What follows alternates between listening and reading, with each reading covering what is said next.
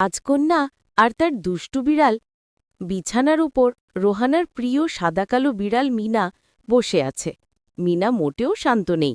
সে রোহানার নতুন কেনা সিল্কের ওড়নাটি ছিঁড়ে ফেলেছে আর এখন টেবিল থেকে একটি কাঁচের শোপিস ফেলে দেওয়ার চেষ্টা করছে। রাজকন্যা রোহানা 18 বছরের ঘরের এক কোণে দাঁড়িয়ে রাগে ফুঁসছেন। রোহানা কড়া গলায়, মিনা, এক্ষুনি থামো। আমার দামি ওড়নাটা তো শেষ করেছই, এখন এই শোপিসটা ভাঙতে চাইছ? তোমার জ্বালায় তো রাজ্যের কারো গাতে ঘুম নেই। কালকে মন্ত্রীকে চিঠি লিখতে হয়েছে তোমার জন্য। তুমি সবার বাগানে ঢুকে নাকি সব ফুল নষ্ট করে দিয়েছ।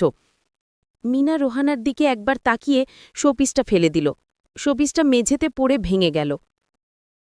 রোহানা চিৎকার করে হতাশায় হাত মাথায়, এই নাও, দেখলে তো মিনা, আমি আর পারছি না।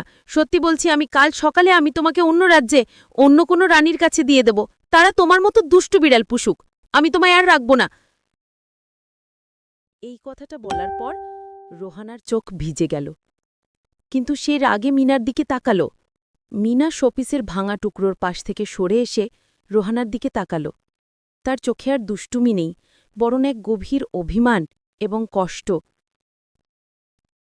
মিনা কোনো শব্দ না করে শুধু চোখ দিয়ে, দৃষ্টিতে যেন বলছে, সত্যি আমায় ছেড়ে দেবে? রোহানা কষ্ট চেপে মুখ ফিরিয়ে, হ্যাঁ সত্যি, আমি আর তোমার এই দুষ্টুমি সহ্য করতে পারছি না। মিনা ধীরে ধীরে হেঁটে গেল বিছানার কোণে। সে রোহানার দিকে পিঠ দিয়ে বসল, একদম চুপচাপ, তার লেজটাও নাড়ছে না। রোহানা বুঝতে পারল তার কথা মিনার গায়ে লেগেছে। মিনাকে ডাকার ভঙ্গিতে কিন্তু রাগে, মিনা, মিউ করো, আমার দিকে তাকাও। মিনা কোনো সাড়া দিল না, একদম পাথরের মতো নিশ্চুপ।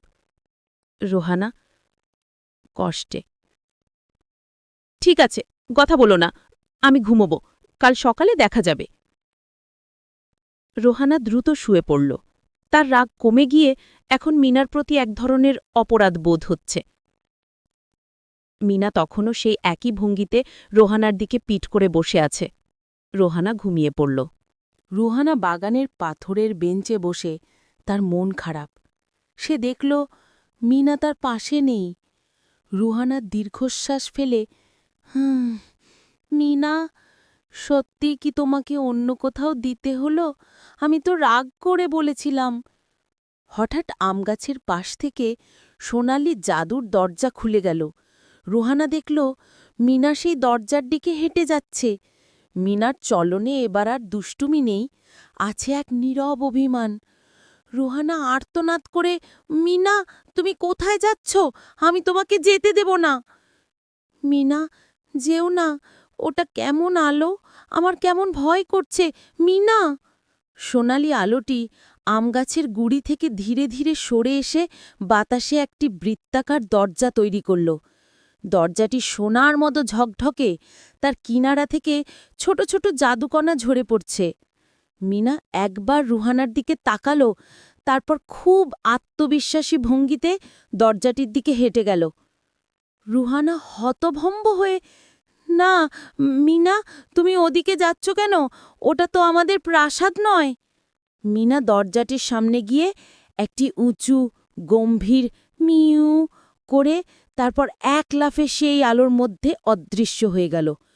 রুহানা এক মুহূর্ত দাঁড়িয়ে রইল, তার চোখে ভয় এবং বন্ধুকে হারানোর আতঙ্ক।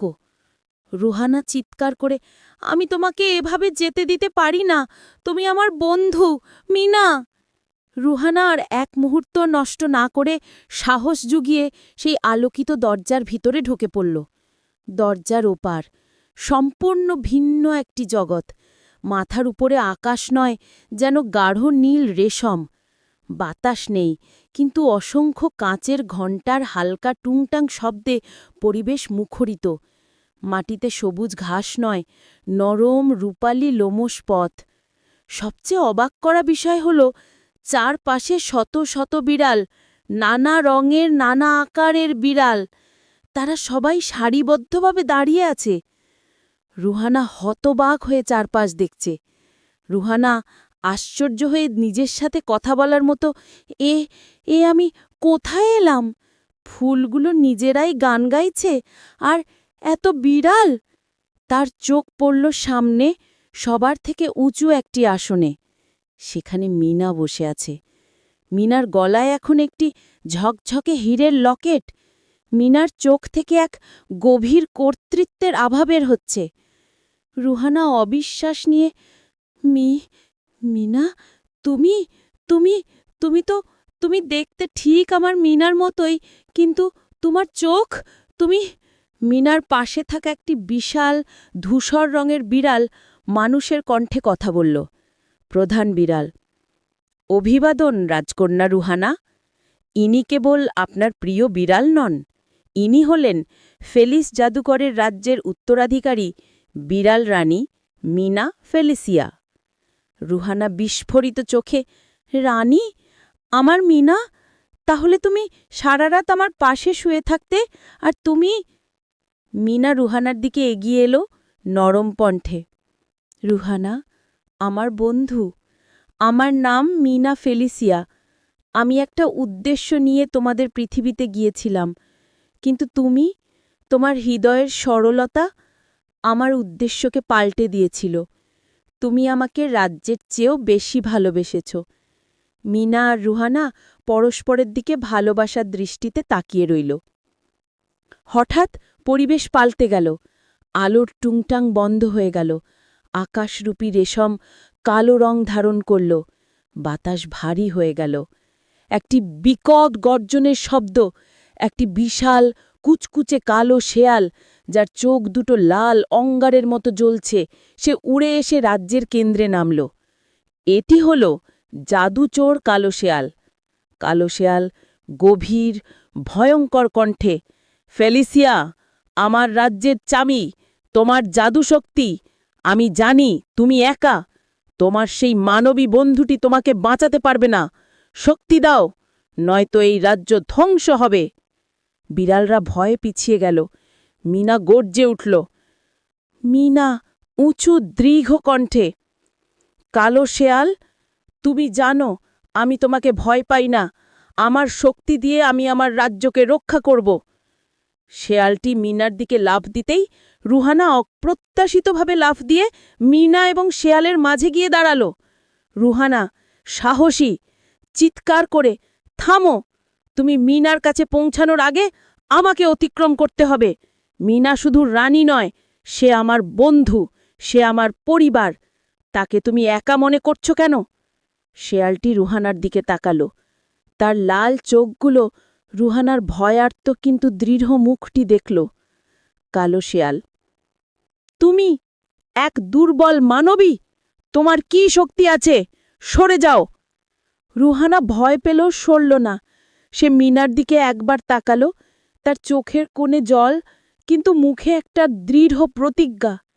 রুহানা কাঁপতে কাঁপতে সরে, আমার কোনো জাদু শক্তি নেই, কিন্তু আমার হৃদয়ে ভালোবাসার শক্তি আছে, নিঃস্বার্থ বন্ধুত্বের শক্তি।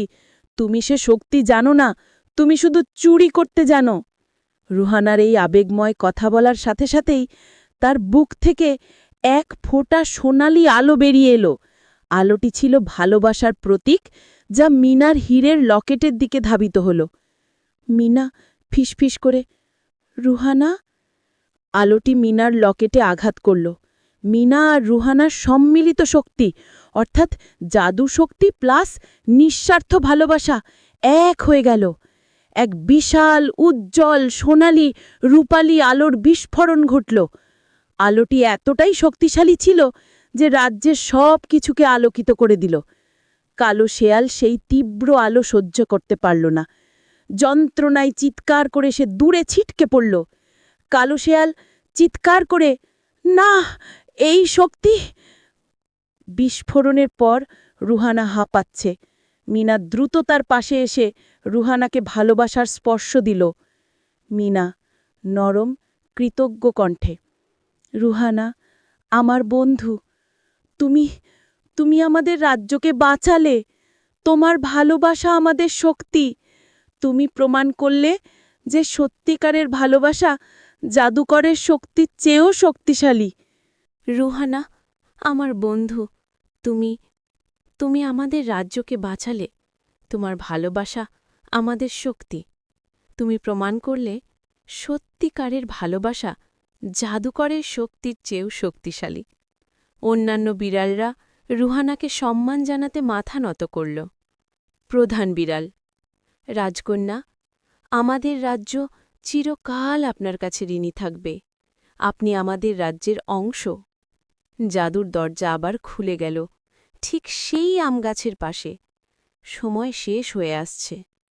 রুহানা মিনার দিকে তাকিয়ে অশ্রুসিক্ত চোখে, তুমি ফিরে যাবে তো? আমাকে ভুলে যাবে না তো? মিনা, কখনোই না রুহানা, তুমি আমার হৃদয়ে আছো।